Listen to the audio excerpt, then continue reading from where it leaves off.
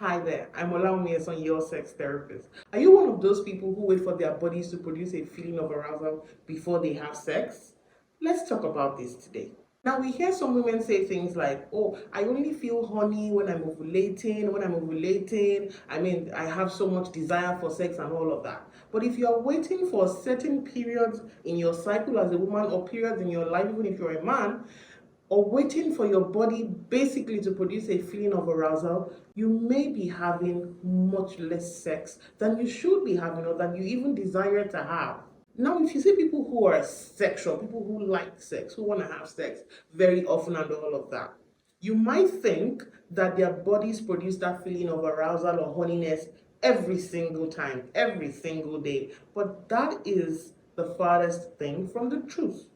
And the truth is this: people who tend to be very sexual, who enjoy and love sex, more often than not have sex on the mind. And that mind body interplay is what produces that feeling of sexual desire or increased sexual desire in people who tend to be very sexual in nature.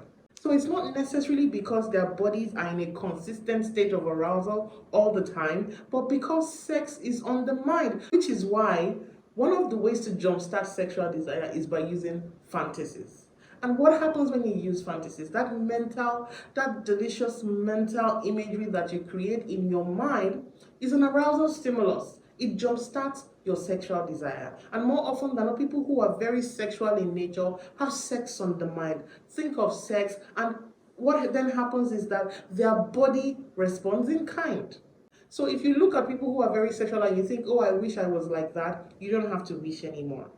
You simply have to do what they do. Keep sex on the mind.